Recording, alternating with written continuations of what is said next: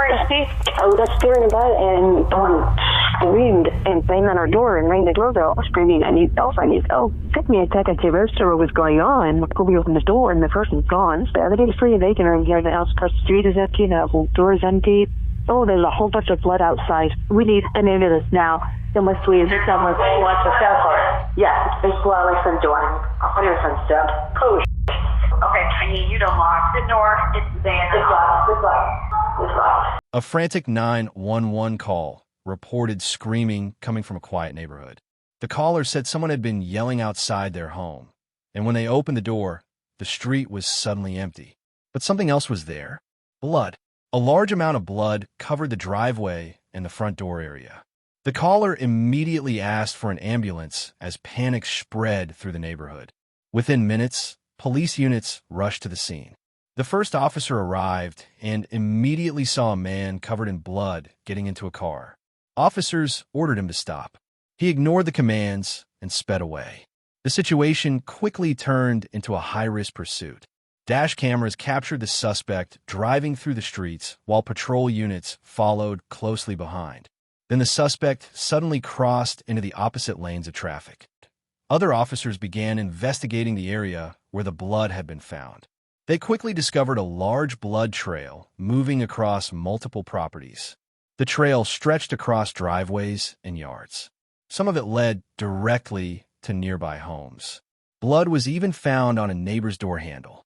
Investigators followed the trail carefully, trying to determine where the injured person had gone. Footprints were visible in several areas.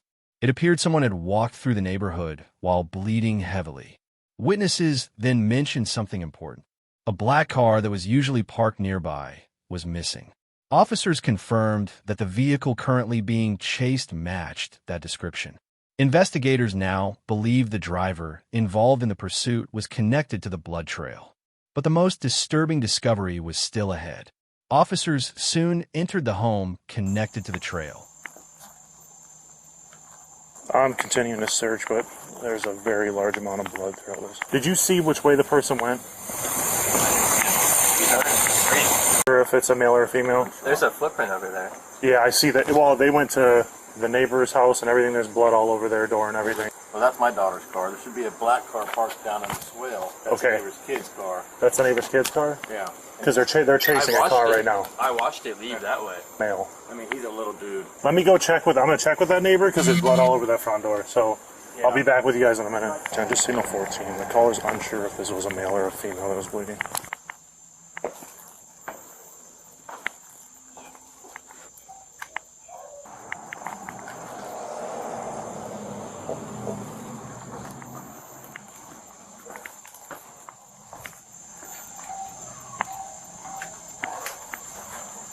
Drake, come here. I can't get a hold of We got a large amount of blood at the front door. Yeah. Well, this isn't the call. The caller's that one. They got blood, but this one, when I was walking, it led straight to this. But there's no one answering. Let me go check this house over here now. Yeah.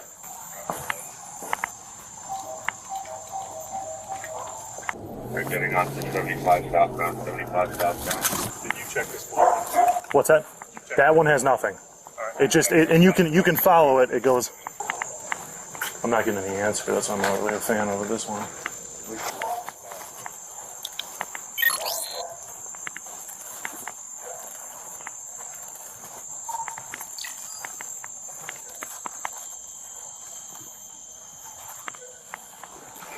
Does that look like it's in or out? That kind of looks out. It's hard to tell. It looks like they were at the, because if you look, there's blood on the door handle. So I don't know if they were trying the door handle or what, but the neighbor that called said that there's usually a black car parked in this swale. So what I don't like is black car, yeah. Black car. They're chasing yeah, one. We have a dog barking, so that's, and it goes straight from here. They're leaving, and there's none. So basically, I followed the blood trail from there. It comes here. It almost seems like they left out here and walked right over there, and then jumped in the car. So the car was parked over there? No, Reg said it was parked 2 houses to the east, which is going to be right here. It was parked here. And they said it's usually there's a younger male that lives here with a black car. We don't know who lives here. We don't. Or no answer. The footprints, we're not getting any answer. There's a dog. I haven't checked yet because there's blood on the door handle. But actually, I'll switch to the other gloves. All the footprints lead out. There's none that are going in. It goes straight through the yard, out to the road, and then goes right to that. We need to try to do a safety sweep. I agree. That's why I'm going to throw some actual gloves on. It's locked. Is it? Yep. Messina's in the back. He's covering rear. 66 those per units on the scene. Inside, they found a brutal scene. 2 people were lying inside the house with fatal stab wounds. The victims were identified as 49-year-old Robbie Tower and 51-year-old Jennifer Tower. Blood covered several rooms inside the home. Near the kitchen sink, investigators found diluted blood and a towel. It appeared the suspect had attempted to wash off before leaving. A knife in the kitchen butcher block had visible blood on it. Another knife was later discovered in the bedroom. The evidence showed the attack had been extremely violent. Meanwhile, the suspect was still fleeing from police. Before we continue, if you watch real body cam investigations and true crime cases like this, subscribe to the channel and turn on notifications. If you want to keep securing the back, because we're going to have to put this as a crime scene. Where's the sentence? They're right inside, basically right inside the front door, right in the living room. So here, you can, it's all here. It's on this side. Follow it, it comes right out here, and it follows all the way right over to the... Okay. It doesn't go to this house, it skips it and goes to them. I'm going to grab my tape and I'll start on side 4. Okay, sounds good. Let me go talk to the sergeant and let him know. Hello. I'm Sergeant Taylor. I'm the shift supervisor. Okay. We have detectives coming out. They're going to want to talk to you. Who's the people that live over there really well? You do? Okay. We've only been here since January with most of the people. Do you know who was driving that black Chevy? His son. Okay. Yes. You know my name and everything? Remember his He's name? kind of shady. Like I said, we have detectives coming out. I know they want to speak to you, so if you guys just bear with us. I'm not going to ask you to stay out here in the driveway. Okay. So she's right here. You got blood up by your front door? Over here. Yeah. You can follow the trail. I didn't see the blood yet. I hadn't opened the door. We didn't open anything. Yeah, if you guys want to go inside your house, you can go in there, wait in there if you need anything. They'll have you knock on the door, or I'll knock on the door in there. Yeah, just make sure no one, make sure no one goes over on that side. Appreciate it. Hey, Adam, we got blood trail all over here too. No, all the way here. All right. Let's see if there's anybody there, and then we'll check. Yeah.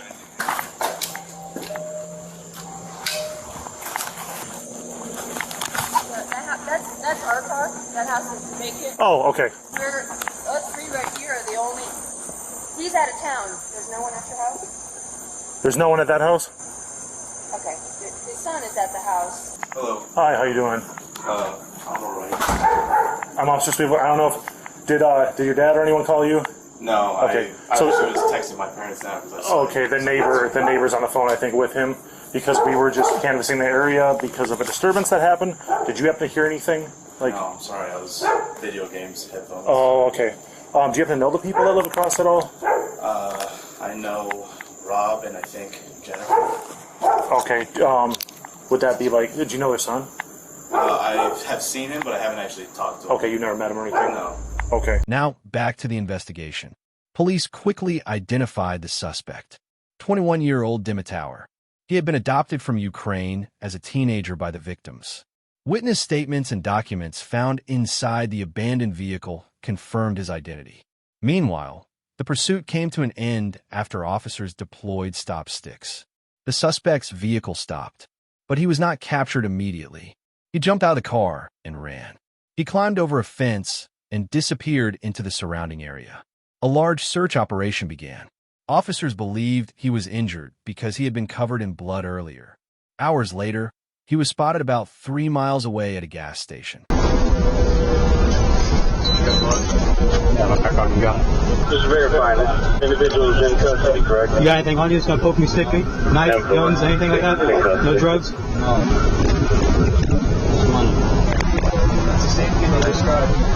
Yeah. An edema? Yeah, right here. Responding units, you can slow it down. Are you gonna pick that up? Yeah, I'm going to, mention up. I don't know who you are. What's your name? Dima. Spread your feet, partner. Spread your feet. Okay. You guys need a bag or something for stuff?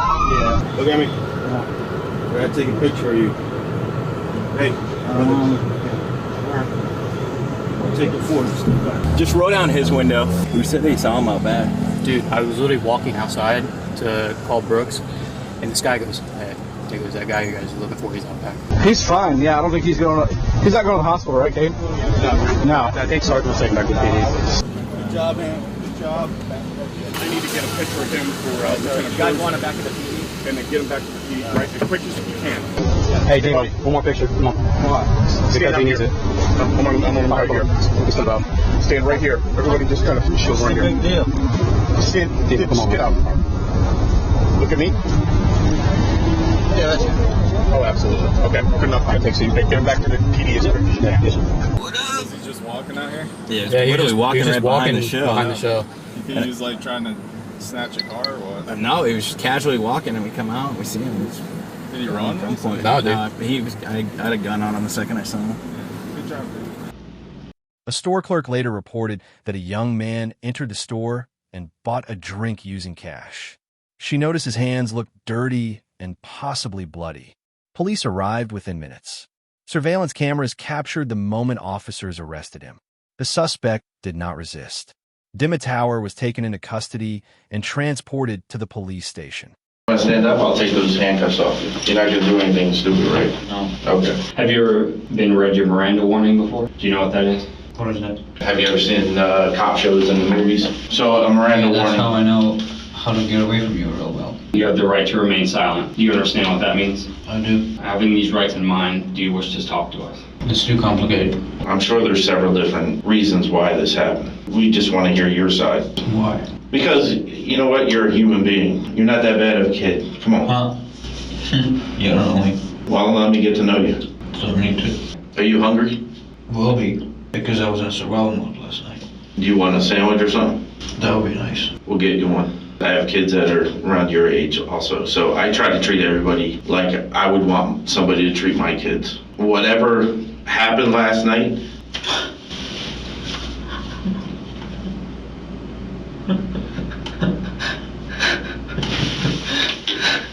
it's all right to talk about it.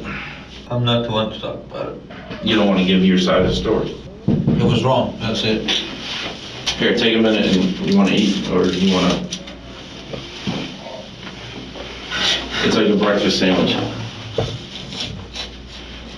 I promise you'll feel a lot better to talk about it. I know the war is devastating over there. Why does it matter? Well, I'm just making conversation, that's it. So did you not get along with your parents? Talking about it doesn't make me feel better. They're strangers. They say they want to bring you into your family, but where I come from, it's not that easy. You should have stayed in Ukraine. You should have stayed in Ukraine. This country is a shithole. So what don't you like about this country? Every American asks me that. Huh? You blind? Well, probably because I was born here, so Yeah, I mean... well, you've been fooled and you don't know nothing about what's wrong with this country. Did you know your neighbors down the street? I don't give a about neighbors. You used to go over there and he uses tools or something? Working on your car? Yeah, but it doesn't mean I really care about the neighbors, though. I'm just using people. Is that what you did last night? You used your parents? No. You said you used people. Yeah, because there's not that many good people around, so I don't care. Is it something that set you off? Were you protecting yourself? I'm pretty sure you know it. Detectives began questioning him about what had happened. At first, he appeared calm and detached. Investigators tried to understand the relationship between him and his adoptive parents. Background records showed police had previously responded to several incidents involving the family. There had been reports of arguments and violent behavior.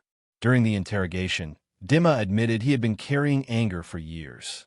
Detectives continued asking about the night of the murders. Eventually, he admitted he grabbed a kitchen knife and went into the bedroom where his father was sleeping. The attack began there. According to the investigation, the violence moved through different areas of the house. Both victims tried to defend themselves, but the attack continued.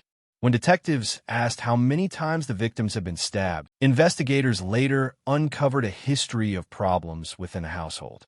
Between 2018 and 2020, police had been called to the home several times. One report described an incident where the suspect allegedly assaulted his adoptive father. In another incident, police located him near an elementary school carrying a BB gun. The weapon was later determined to be a gift from his adoptive mother. At one point, his father asked authorities to place him under a psychiatric hold. However, officers determined that the legal criteria were not met. No detention occurred. Despite previous conflicts, the adoptive parents continued supporting him. They had recently allowed him to move back into the home. They also provided him with a vehicle and financial assistance. That same vehicle was later used during the attempted escape. Because weren't you living in West Virginia? Because I should have never came to this country. What do you do for work or hobbies and stuff? Hobbies. I don't find other young men like me who want to be friends and want to do stuff. I don't know what to say. Take your time. We're in no rush. Yeah, sure you're not. I might be looked up for the rest of my life. I don't know. That's not up to us. But it also depends on what your side of the story is. Right now, all I have is what I can see. I want to understand you. Most people I talk to, they don't understand shit. Well, why don't you try us out? What I want to know is, how did you find me? I think it was just out of luck. But you evaded us for many hours, so you're pretty good at what you were doing. Did they scratch you in the fight? I know you have a lot of scratches and stuff like that. These are all from running away from police because I had to crawl through bushes. Swimming through a few canals too. Came across many fences. The barbed wire? Yeah. I mean, it doesn't stop me. It's either your side of the story or we just go with what the scene says. What it looks like is a monster only talking to you for whatever, 20 minutes. I think that there's a lot more to it. There is. What? But what does it get us? Maybe you can tell me how really bad you are. It has a lot to do with everything that I've been through and the anger that's inside me. You see this scene from what happened, like, why do you have to come in here and ask me about it? If you give your side of the story, maybe people will go, you know, I can understand that. If you just people feel for me. But if you, well, you may later on. My grandfather was from Poland, came over here. He's long gone, but he saw a lot of things. So I would like to understand a little bit more about you. Maybe what you saw and what you did. I can relate because my grandfather was over there. In today's United States, there's not much to like about it. Back in the 40s, it was good, but look around today. Oh, I understand. I don't see the same America that I grew up in. But I also, when everybody came in and basically tortured his family, the Germans, the SS, all that stuff, he had to run. Luckily he did, because I wouldn't be here. Yeah, I want to run. I want to go back to Ukraine. Did you say to your parents that you were going to go back to Ukraine, and did they put up a fight with you or something? No, it's not that. Personally, I want to go back to Ukraine because I'm sick and tired of living in this country, putting up with all this. In America, yeah, you get whatever you want. Life's easy, but I don't see it like that. How do you see it? I'm basically a nobody coming from nowhere. My adopted parents really never taught me anything. Do you call them mom and dad, or do you call them something else? We used to. Did you use a knife, or was it something else? Yeah, the kitchen knife. The kitchen knife? The silver-handled one? Yeah, I dropped the first one and then I went to grab the second one. Did it break off? What made you get the second one? Was your dad sleeping? Yep. Did you guys have a fight prior to this? No. It just raged? I'm mentally ill. Were you diagnosed with something? Or? No, I diagnosed myself. What did you diagnose yourself with? It's just I know that, you know, the stuff that I think about it, it's not right. What do you think about? I don't like the people I'm with, so I'm just gonna kill them. You said you wouldn't try to understand. It's like, it's hard to explain. So have you had these thoughts for most of your life as a... No, it just came up because of all the anger. You're sitting in your car and you just came up with this, that you were going to do something now. It came out before that, days before that. And I tried to get back with them and have us be family again, but it didn't seem like it was working out. So it feels like nothing was going right for me. What happened when you went to the bedroom? Your dad was sleeping, what happened? Just stabbing. Did you pick your dad because you knew that you had to disable him first? Yeah. Did he wake up after you stabbed him? You're asking kind of weird questions. We know that he got out of bed somehow. Yeah, you want me to stop? Where was your mom at? Right there. She was next to him? Why are you asking me these questions? What is it going to get me? I'm still going to go to prison, so. Do you think you should go to prison? Well, that would be the obvious consequence. So your dad starts getting up out of bed? No, he wasn't. He was sleeping. And you stabbed him? Yep. Do you remember how many times? Yeah. Did you stab him out in the living room or yep. leaving out of the bedroom? Yep. Where was your mom at? going around the neighborhood asking for help. Was she on her phone? Possibly. Some called the police. Did she hit you or anything, or try to fight you off, or? She's a woman. What do you think she's gonna do? You already know I stabbed both of them. Like, why are you asking me questions that are obvious? I don't know for sure what happened in there. You know I did. Did she go out the front door? Yep. I told her to get back inside. And she kept going? No, she went back inside. Where was your dad at that point? Dad, you basically get an idea of what this is. You're trying to get my side of the story, but I just brutally stabbed my adopted parents. What is there to get? When your mom came back in the house, what happened? Well, did you hear what I just said? Yeah, I know. Did she listen to you? She comes back. Do you guys talk at all? Yeah, I tried to talk to her. How did that conversation go? It was a monologue. So did you stab her already at that time? At that point? After I finished saying what I had to say. Do you remember what your mom said at all last night when you guys were talking after you had killed your dad? Did she say she loved you? She said I'm bleeding, call the ambulance. What did you tell her? I just ignored her. Like, why would I do that? Did you have a feeling of remorse after you stabbed your mom and she's asking for an ambulance? No, I don't feel anything. I mean, you're asking very disturbing questions, like... Disturbing questions? Yeah, it's disturbing, yeah. Is it starting to get to you now? It's not like it's getting to me, it's just, why would you be asking me that? After you said what you had to say to her, then you stabbed her? Yes. Where at? A lot of places, like you, don't you already notice? And she laid right there? No, she tried fighting me back. She wasn't crying, pleading for her life or anything? She was. So you stabbed her in the throat? Was that the last time you stabbed her? Or you kept stabbing her? Kept stabbing her. Where was the dog at?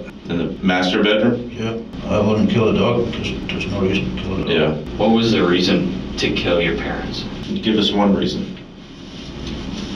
I don't like him. Did your adopted family love you? Yeah, they love me, but it was not always about love and family. I'm not trying to tell you that I tried to... No, who's the household of the house?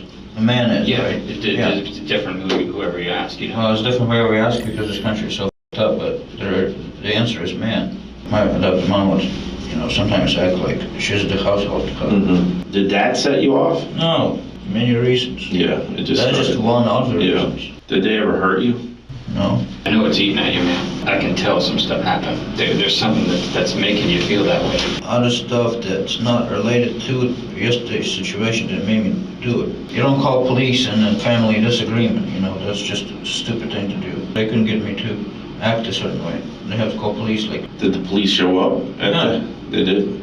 So did they argue a lot? Because of me, yeah, it was all about... just about you? My mom, cares about me more than my dad does, and then she says that I don't do marriage. Who would stick up for you? Mom would. Being sick and tired of putting up to bullshit that this country has to offer. Well, when you made you take that out on your parents, though, why did it lead to that? What happened? Because they're part of it. Or how much did you drink last night? I can drink a lot or I can drink a little. Yesterday was nothing. But it has nothing to do with what happened. The alcohol didn't affect you? I've been mad for a long time now. Did something trigger it, or did you just say, I'm doing it? I just said I'm doing it. Sounds crazy, doesn't it? Well, it's your story, so... Well, it's still a pretty crazy story, though. This is mentally... What happened last night? It's a regret. What makes you say you're mentally ill? What I did. But there's a difference between mentally ill and having rage and being pissed off at someone. Which is it for you? Well, it's the second one. The way you grow up when you're a child, it's your fundamentals for the rest of your life. If you don't have a good childhood, you're going to be messed up in the head. I wasn't brought up right. That's why I say mentally ill. Different sides of me, like I said, there's a bad me, there's good me, I don't know. Yeah, I think a lot of people have that. It is messed up, though. And you know it, and I know it. What you did? Yeah. The thought was going through my head is I should have left earlier, because I know the area, and I could have got away from police. Did you hear what the police officer said to you? I don't give a shit. Did you get a lot of blood on you? Yep. Did you try to rinse it off, or? Well, I rinsed most of it off. I had to swim in a few canals, that's how I got everything washed out. I was watching helicopters in Scotland. Where were you going to go to? I was going to try and go to Orlando port and try to find some kind of ship and get on and leave. Mm-hmm. Sneak into the ship because I just want to get out of here. So are you going to try to go back to the Ukraine, or? Yep. Do you want to eat? Yep.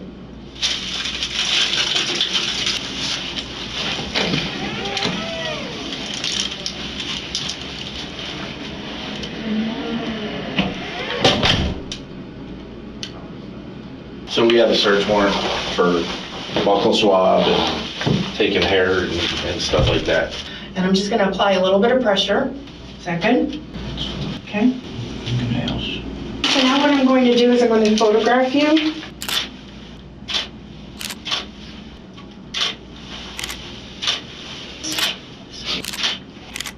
I'm going to ask you to take your shirt off and place it in this bag. Can I get one more water? Can you see if... Is there a way I can smoke cigarette? No, not right now. What do you mean by not right now? Like, is it possible later, or? Well, we don't... Nobody smokes, so... It's just hard to have a conversation about that. I know. But you did well. I know it sucks, but there was kids, looked like they were from Africa on the refrigerator. My parents were supporting this girl in Africa. They were sending her money, get her education, and get well fed. Have you been following what's going on with the war? Oh yeah, because the news media is full nonsense. What I do is I go on YouTube and I actually watch the battles themselves, and I get the reports from the guy making a video on how the battle is going. Yeah, I really want to go back to Ukraine. So I've been thinking about it. There's nothing here for me. There's nothing here for you? Yeah. There's no way that I can smoke a cigarette anywhere? Nobody smokes anymore. It's frowned upon. Yeah. Hello. Hey, hola. Hello. All right, let's go. Dimmitauer was charged with 2 counts of first-degree murder and 1 count of fleeing law enforcement. During the trial, the defense did not deny the killings. Instead, they argued the attack was not premeditated. They claimed it happened during a moment of rage. However, prosecutors presented evidence showing he had thought about killing his parents before the attack. During testimony, he admitted he had considered it earlier. The jury heard details about the attack, the investigation, and the interrogation. They also heard... Talk about my life before the orphanage, or? We will, sure. How did you end up getting to an orphanage? I'm going to check for all this. Yeah, I mean, I'll allow brief background, very, very brief. You know, maybe I can give a little bit of my personal background or something. Mr. Tower, the way it's going to work the same with all witnesses. You need to listen to the question and then answer only the question that's been asked of you, okay? The incident that we're talking about, how long prior to that were you back living with the house? You had just moved back there, correct? Well, yeah, I assumed that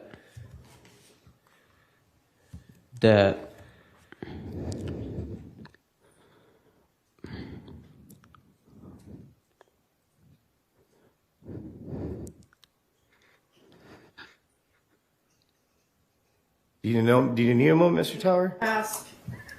Remember the jurors, let's take a break. All right, Mr. Gibbon, why don't you spend a moment with your client? We can't tolerate this kind of behavior here in the courtroom. I've already spoken to your client about it. Was that the first time that you had ever had that kind of encounter with police? Yes.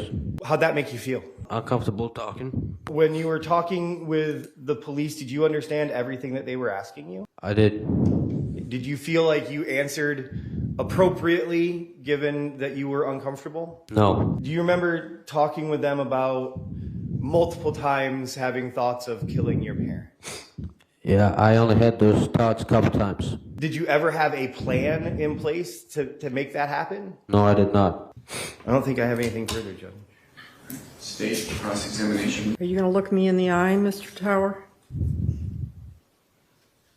That's not. What were you thinking about between the time you took that sharp knife and started this jury that you won't even look in the eye, that the people who brought you over here and gave you a home, that you were stabbing them and you didn't think anything of it? Is that what you're saying? The answer's too complicated for you. No, it's not a complicated answer. I was not in my completely right state of mind. Parents. They were not my parents. I was temporarily insane, as I said. Temporarily insane. Yes. Uh-huh. Members of the jury, I'm going to ask that you strike that last response. You made Jennifer and Robbie's life a living hell, didn't you? Again, there was a lot that went on. Yes. Yes, but yes. Some adults don't know how to be parents. Yes. You made their life a living hell. No, I didn't. There's some adults don't know how to be parents. You don't know what you're talking about. In fact, I came from a harsh environment. Many people come from a harsh environment, yeah, but and they don't kill their parents. You gotta know how to treat those people correctly so they grow up properly. Yeah, so how do you need to be treated? I have been treated. It's too late for that. I'm adult now. If I made their life to live in hell, that's probably had something to do with them. You were thinking about killing your parents for the last several days. Isn't that true? I only thought this a couple of times. This was not a constant thought in my head. Okay, so you thought about it at least a couple times before you did it? Put it off. Then you thought about it the second time and then you went and did it? Is that right? Correct. Okay. When you were sitting out in your car, did you decide to kill your parents before you walked in? Yes. I don't have anything else. Thank you, Your Honor. It's important to consider whether or not the killing was done after consciously deciding to do it. I would submit that Mr. Tower doesn't have the ability. Objection. And may we approach?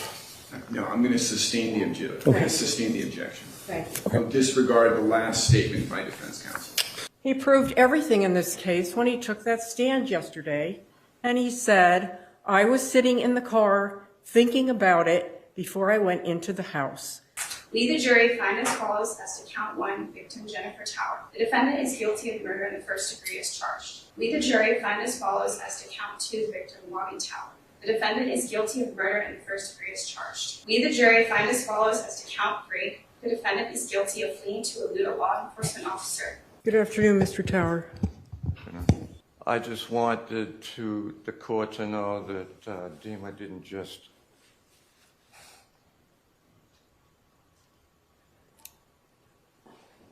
take your time. He didn't just kill Robbie and Jennifer. He killed a part of all of us. Dima, look at me. No, sir. Go ahead and direct your comments to me, okay? I would like him to change his name while he's in jail. I don't want him to use my name anymore. They were just great people. They were honest. They were religious. Cared about everybody. They saw Dima. They figured they'd give him a chance at life. And it was just a total waste. He says he holds in such high esteem the way of life in Ukraine and that the man should rule over his family with some sort of an iron fist and that his wife must be subservient to him. But I would like to remind him in the court that the same way of life relegated him ending up in an orphanage where no one cared. He's a coward.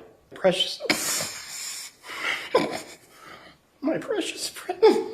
And the man that was like the older brother that I never had. She could not have loved you more, Dima, than if she gave birth to you herself. I think it's ironic now that hopefully he can spend the rest of his measly existence in a prison in the land that he hates so much. Robbie was my son. Robbie was my son. And he could not have ever been a better father. He spoiled him. He did everything that he could in Jennifer. The two of them did everything to make him happy, and they couldn't do enough. My boys want to know, where's Robbie? And I can't explain it to them because they don't understand heaven. I miss him so much. I'm so sorry. I brought them with me so they could see what we're doing for them. I just don't know how he can live with himself. And you're going to have to think about this for the rest of your life, what you did. You didn't just murder Robbie and Jen, you murdered all of us. Mr. Gilman, have you spoken to him at all about what he wishes to say? No, Your Honor. I don't want a single negative comment, harmful contact. There will be no such words. This is an opportunity for you to show remorse. We must understand that we live in an unmanly world. And what this means is... Mr. Tower, I'm not concerned about what world you believe in. The remorse that I have for my adopted parents, it might be unshown. That doesn't mean it's not felt. There are a lot of fatherless children out there. My apology in this is that nobody want to be held accountable for their actions. And I'm being held accountable for the actions of grown men. So my apology is that I have to be responsible for what Oscar did to his treatment, that Oscar, as a stepfather...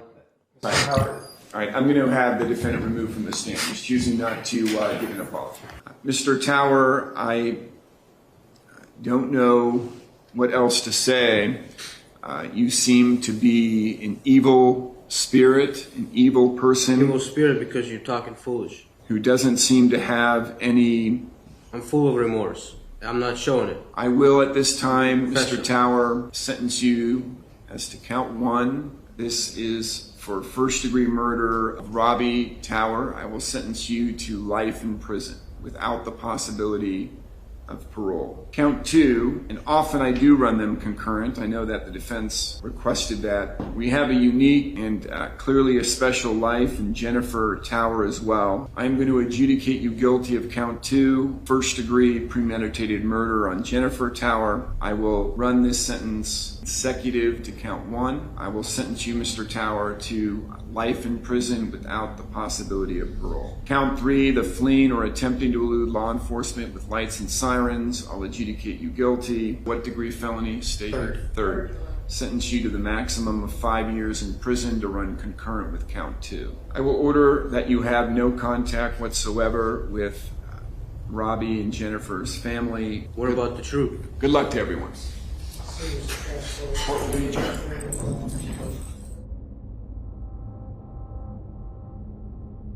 Evidence about the number of stab wounds and the attempted escape. After reviewing all the evidence, the jury reached a verdict. Guilty, 2 counts of first-degree murder, and guilty of fleeing law enforcement. During sentencing, family members spoke about the victims. They described Robbie and Jennifer as generous and caring people. They had adopted Dima, hoping to give him a better life. Instead, they lost their lives in a violent attack. The judge sentenced Dima Tower to life in prison without the possibility of parole for both murders. He also received additional time for fleeing from police. This case shows how quickly violence can destroy an entire family. 2 people who tried to help someone build a better future lost their lives in their own home. If you want to watch more real body cam investigations and interrogation breakdowns like this, subscribe to the channel and turn on notifications. New true crime cases are uploaded regularly, and the next one may be even more shocking.